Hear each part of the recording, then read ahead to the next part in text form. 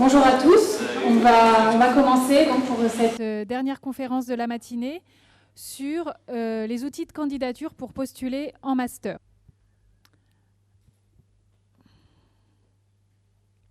Alors, comme vous le savez, il y a une sélection pour aller en master, elle est parfois rude, donc il y a un certain nombre d'étudiants qui va être choisi.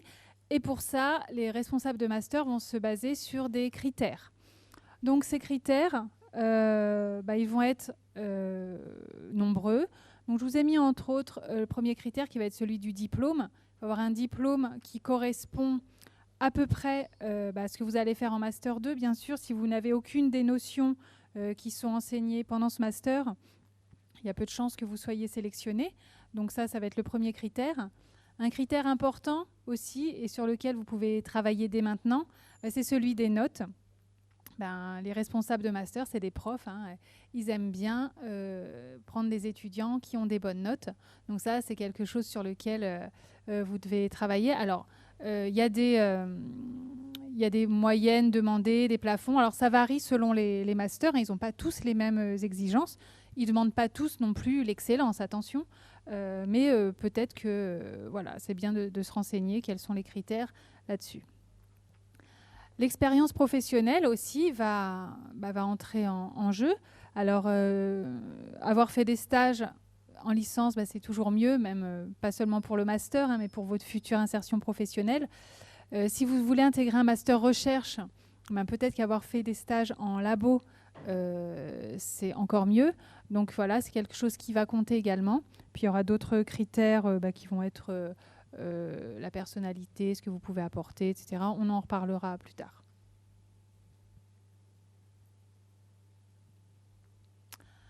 Alors, comment valoriser votre candidature pour les masters ?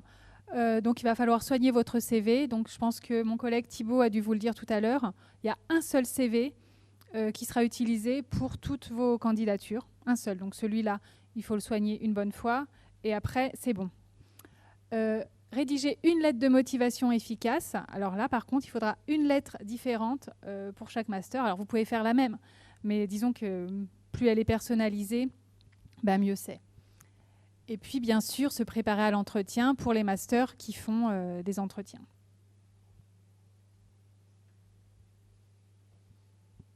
Alors, sur le CV, moi, je vois beaucoup passer de CV d'étudiants qui mettent en avant en premier leur expérience professionnelle, parce qu'effectivement, c'est bien d'avoir de l'expérience quand on est étudiant. Mais là, vous allez postuler pour une formation. Donc, c'est important de valoriser votre formation, de mettre les enseignements que vous avez suivis, si possible des enseignements qui vont être en lien avec ce qui va être enseigné dans le master. Donc, vous pouvez avoir une rubrique formation assez étoffée pour ces candidatures-là. Si vous postuliez pour un stage ou un emploi, je vous dirais peut-être différemment. Mais là, il faut valoriser votre formation. Mettez en avant également des compétences. Ça peut être des compétences techniques, des compétences qui vont être en lien avec ce que vous apprenez, mais ça peut être aussi des compétences qui vont être plus transversales ou des compétences personnelles, des compétences comportementales. Et puis, soigner la forme. Alors maintenant, c'est vrai que on en discutait tout à l'heure avec mes collègues. On trouve que les CV, de manière globale, ils sont mieux qu'avant. Les étudiants, vous maîtrisez mieux en fait les outils pour faire des beaux CV. Et c'est vrai que ça permet de montrer que vous avez quand même cette compétence-là, qui est très importante, de faire des bons outils de communication, puisque le CV, c'est avant tout un outil de com, un outil qui va donner envie de vous rencontrer.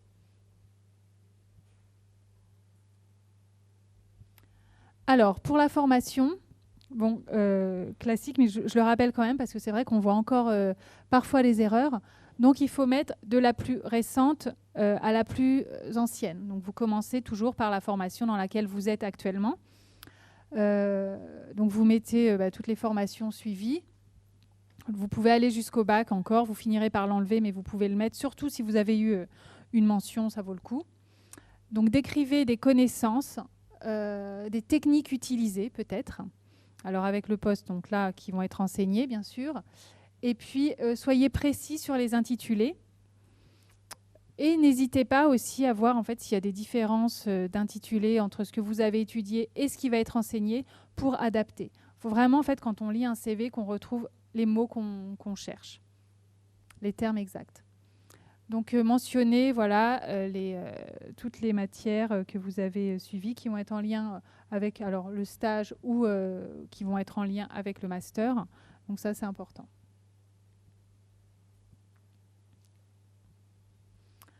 Pour l'expérience et vos compétences.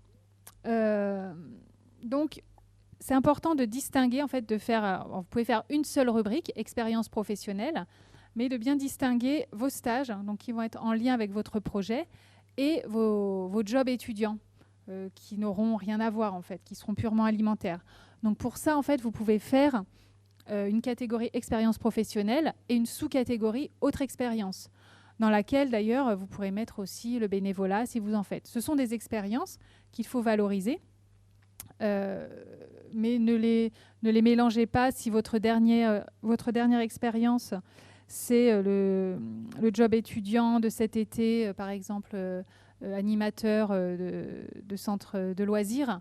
Vous voyez que ça n'a pas vraiment de lien avec votre projet. Il vaut mieux pas que ce soit le premier truc qui apparaisse.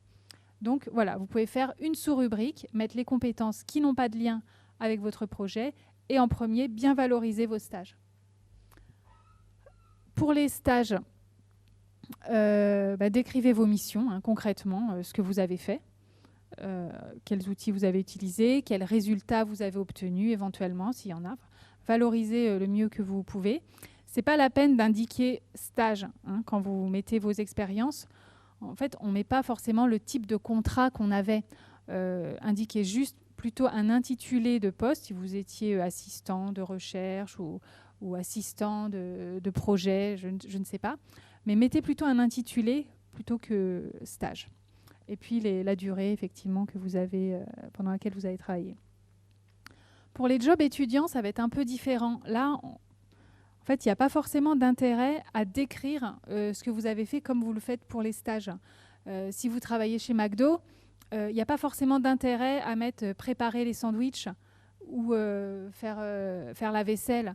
Alors, je dis ça parce que je le vois souvent dans les CV. Ce qui va être intéressant, c'est valoriser vos compétences transversales. Si vous travaillez chez McDo, les gens qui viennent, en général, ils ont faim. Et quand on a faim, on n'est pas forcément toujours aimable.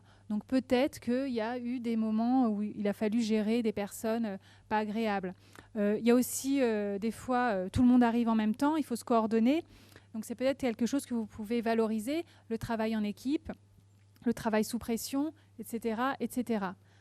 N'importe quel job étudiant que vous faites, vous pouvez réfléchir et trouver des compétences à valoriser. J'avais un étudiant, une fois, il me disait moi, mon travail, c'est de passer la serpillière le matin dans les cages d'immeubles avant d'aller en cours. Alors, sur mon CV, je ne vais pas mettre passer la serpillière, c'est nul. Effectivement, passer la serpillière, on peut se dire tout le monde sait le faire, quoi. Tout le monde ne le fait pas forcément bien. Mais ce qui peut valoriser, lui, déjà, c'est sa ponctualité, puisqu'il doit le faire en temps et en heure pour arriver en cours. Sa force de travail, puisqu'il fait ça aussi le matin tôt avant d'aller en cours. Et puis son organisation pour avoir fait tous les immeubles qu'il devait faire dans le temps imparti. Donc voilà, réfléchissez à ce que vous pouvez valoriser. Alors je vous parle de job étudiant, mais ça peut être aussi dans vos activités de loisirs, si vous faites du sport, de la musique, du théâtre, si vous êtes dans des associations. Donc n'hésitez pas à réfléchir à ces compétences transversales et à ces qualités. Donc pour l'expérience professionnelle, je vous ai mis un exemple de CV. Donc comme je vous disais, vous pouvez créer la sous-catégorie, indiquer les compétences transversales acquises. Voilà. Il faut que ce soit clair, qu'on puisse distinguer vraiment, voir facilement ce qui va être important. C'est pour ça que parfois, trop d'écrire, ça embrouille. Donc trouvez les mots-clés et réfléchissez à ce qui peut intéresser la personne qui va lire le CV. C'est vraiment votre objectif, vous mettre à la place de cette personne et se dire qu'est-ce qu'elle veut voir. Et le mettre, sans mentir. Ensuite, autre stratégie pour votre sélection en master, c'est comprendre ce que veulent les responsables de master, comment ils font leur choix. Donc ça, en fait, si vous ne l'avez pas en tête, vous ne pourrez pas adopter la bonne stratégie. C'est valable pour les responsables de master, ça sera valable plus tard aussi pour les recruteurs, pour vos futurs postes. Donc, qu'est-ce qu'ils veulent? Je vais vous le dire, tout simplement. Ce n'est pas un grand secret. Ils veulent des étudiants qui vont réussir. D'où la sélection par les notes. Forcément, on se dit qu'un étudiant qui a des bonnes notes, il y a des chances qu'il réussisse. Ils veulent aussi des étudiants qui vont s'insérer dans le monde du travail. Alors, là, ça veut dire qu'il faut avoir réfléchi avant d'arriver en master à ce que vous voulez faire.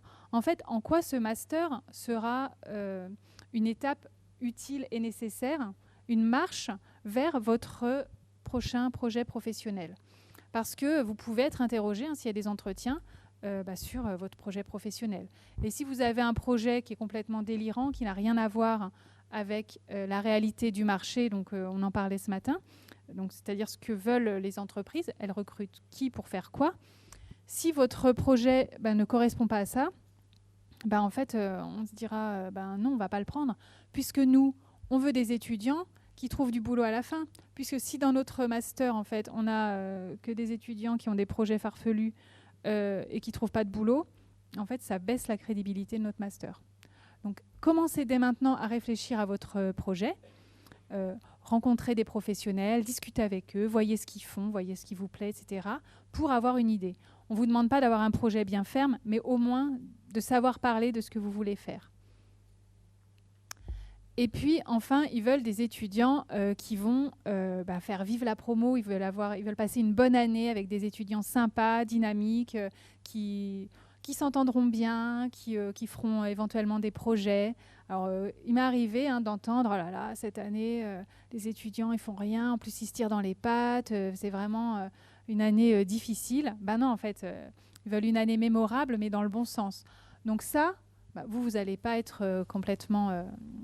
vous n'êtes pas responsable de la promo, mais vous allez pouvoir montrer des facettes de votre personnalité qui vont leur faire se dire « Ouais, je veux ce genre d'étudiant, ce genre d'étudiante dans mon master. » Tout simplement. Mais ça, il faut être capable de le mettre en avant. Vous ne pourrez pas le mettre dans le CV. Vous pourrez peut-être le mettre un peu plus en avant dans la lettre de motivation. Et puis, vous pourrez encore plus le mettre en avant en entretien.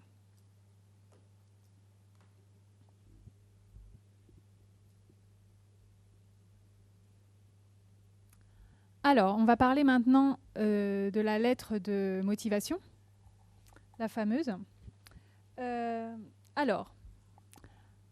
Idéalement, il faudrait expliquer votre intérêt pour le domaine. Vous postulez pour un master scientifique. Qu'est-ce que vous aimez? Qu'est-ce qui fait que vous avez eu envie d'étudier ce domaine et puis d'en faire plus tard votre métier? Donc ça, il faut être capable de l'expliquer. Vous savez, on considère que quelqu'un qui aime faire quelque chose, il sera capable de réussir. En fait, quand on a la motivation, on met l'énergie facilement pour accomplir et réussir les choses. Donc si vous arrivez à démontrer que vous aimez ce que vous faites, en fait, on aura la pensée quasiment induite que vous réussirez. Ensuite, il faut expliquer votre projet. Donc comme je vous disais, si possible, bien sûr, en lien avec le marché. Donc vous pouvez expliquer ce que vous avez vu, ce que vous avez constaté, les évolutions dans tel secteur, vous, ce qui vous intéresse, sur quoi vous voulez travailler. Donc ça montrera aussi votre motivation et la cohérence de votre démarche. Vous pouvez aussi, dès maintenant et même avant d'arriver en master, décrire votre stratégie. Donc pour ça, y avoir réfléchi.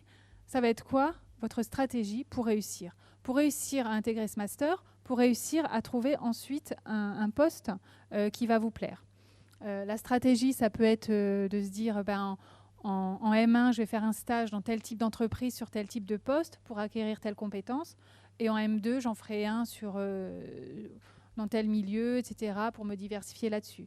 Donc, à vous d'y réfléchir maintenant, de quoi vous avez besoin, qu'est-ce qu'il faut faire.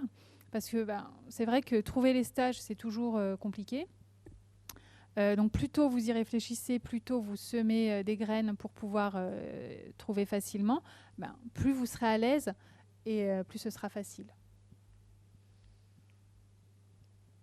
Votre stratégie, elle peut aussi intégrer une formation complémentaire, hein. Ce matin, j'en parlais dans l'enquête sur des anciens étudiants. Il y en a quand même une bonne partie qui continuent ses études après un master. Ils font un master complémentaire, ça peut être aussi une qualification complémentaire, peu importe. Ça peut faire partie de votre stratégie pour trouver un emploi qui vous plaira. Ensuite, quelles sont vos qualités personnelles? Donc, je vous ai dit, c'est important d'arriver à les montrer. Donc ça, c'est pas quelque chose de facile, puisque on n'est pas habitué, en général, à parler de soi d'une manière valorisante, positive. Moi, j'ai telle qualité, moi, je suis comme ci, je suis comme ça. On fait jamais ça, en fait, dans la vie. Et ça, c'est un exercice que vous devez apprendre à faire pour les entretiens de recrutement, dès le master s'il y en a, mais aussi après les entretiens d'embauche et après dans toute votre carrière professionnelle. Parce que si vous ne mettez pas vous-même en avant vos réussites, vos points forts, personne ne le fera pour vous en fait. Donc ça, il faut y penser, il faut s'entraîner, ça ne vient pas naturellement. Donc vous entraînez à le faire, déjà repérez vos qualités, demandez à vos copains, demandez à vos parents, et puis vous entraînez à les illustrer par des exemples concrets. Raconter une petite anecdote qui va donner envie en fait de vous croire, qui va permettre de vous visualiser dans l'action et de se dire oui, cette personne a cette qualité.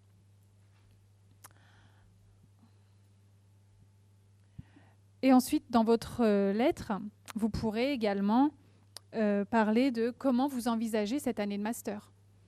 Après tout, je vous ai dit, on veut des candidats qui vont être dynamiques. Vous allez suivre des cours, oui, mais pas que en fait. Vous pouvez regarder s'il y a, je ne sais pas, un annuaire des anciens, s'il y a des événements qui sont organisés lors de la remise des diplômes, etc. Voir ce qui se fait et puis expliquer, vous, comment vous avez envie de vous impliquer dans cette vie du master.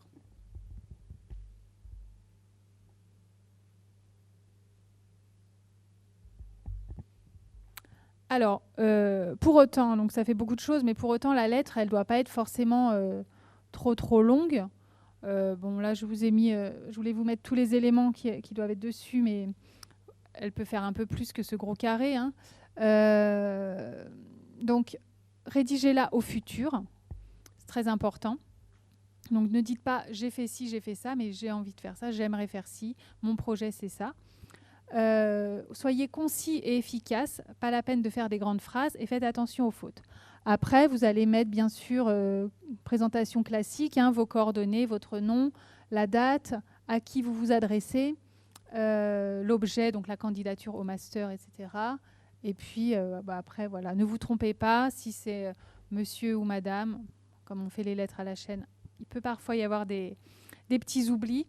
Mais en gros, voilà ce que doit le format de la lettre globale.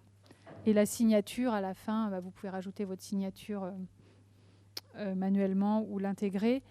Les lettres, elles sont tapées maintenant. Il n'y a plus de lettres manuscrites. Je pense que ça n'existe plus. Alors, je pense que vous n'avez pas pensé, mais figurez-vous que vous pouvez peut-être essayer d'utiliser ChatGPT pour faire vos lettres. Alors, il y a des avantages et des inconvénients. Alors moi, je pense que c'est quelque chose à tenter, bien sûr, évidemment, parce que ça vous fera des belles lettres. Il n'y aura pas de faute, au moins. Si vous devez faire des candidatures en anglais, ça peut vous permettre d'avoir un langage un peu plus soutenu que celui que vous auriez vous-même utilisé. Idem en français, en fait. Je vous dis, les phrases, elles seront peut-être mieux faites. Par contre, attention. On les repère, ces lettres. Il va falloir, en fait, vous pouvez les utiliser comme base pour avoir une idée, une trame et puis des phrases bien formulées. Par contre, il va falloir bien les personnaliser. Alors, j'en ai fait une, justement. Alors, je vais grossir un peu. Alors, ouais, j'ai tapé fais-moi une lettre de motivation pour le master en sciences de l'eau. Et du coup, bah, vous voyez, en fait, il m'a mis... Alors, non, là, on voit... alors, au cours de ma licence, j'ai développé un vif intérêt pour les enjeux environnementaux et plus particulièrement pour la gestion durable des ressources en eau. Ok, on se dit, c'est bien, mais c'est hyper bateau. Pour moi, pour cette partie où vous devez démontrer votre intérêt pour la matière, je trouve que ce qui est plus intéressant, c'est d'expliquer comment vous est venu cet intérêt. Je ne sais pas, est-ce que petit, vous alliez toujours au bord de la mer et puis, je ne sais pas, ça vous agaçait de voir qu'il y avait du plastique. Est-ce que vous avez une rivière près de chez vous et que vous avez remarqué que des fois elle était haute, des fois elle était basse? Voilà, personnalisez un petit peu cette motivation. Ensuite, mon cursus m'a permis d'acquérir des connaissances solides et donc là il me dit de compléter selon ce que j'ai fait, qui sont essentielles pour comprendre les problématiques liées à l'eau. Et j'ai eu l'occasion de mettre en pratique ces connaissances au travers de stages. Encore une fois, c'est bien formulé, mais c'est super bateau. Donc là, il va falloir aussi travailler ça. Moi, je vous déconseille les phrases au passé, je vous l'ai dit, j'ai eu l'occasion de faire ci, de faire ça. Expliquez plutôt ce que vous avez envie de faire, comment vous voyez les choses, ça sera plus efficace. Ensuite, parlez du master et ce qui vous intéresse dedans. C'est la réputation de l'université en matière de recherche et d'enseignement dans ce domaine. Je suis convaincue que cette formation me permettra d'approfondir mes compétences, etc., etc.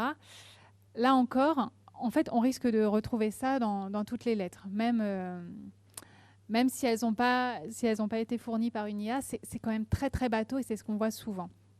Donc là, pareil, expliquer en quoi ce master est, comme je vous le disais tout à l'heure, un moyen, une stratégie pour accéder à votre projet.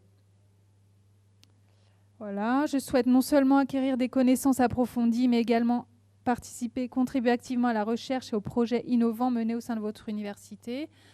Donc là, c'est la partie où je vous disais, il faut expliquer ce qu'on a envie de faire, ce qu'on va apporter.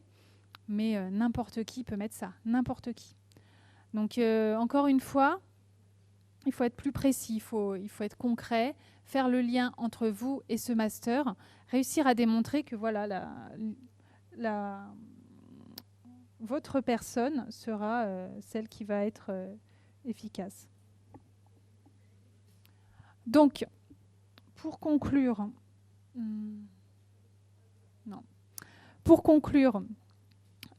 soignez bien vos outils, mais réfléchissez avant. Il faut que vous ayez des arguments sur le pourquoi. Pourquoi je veux faire ça ? Pourquoi ma candidature va être intéressante pour vous ? Et en fait, comment cette candidature va s'intégrer dans mon projet professionnel ? Comment ce master va s'intégrer dedans ?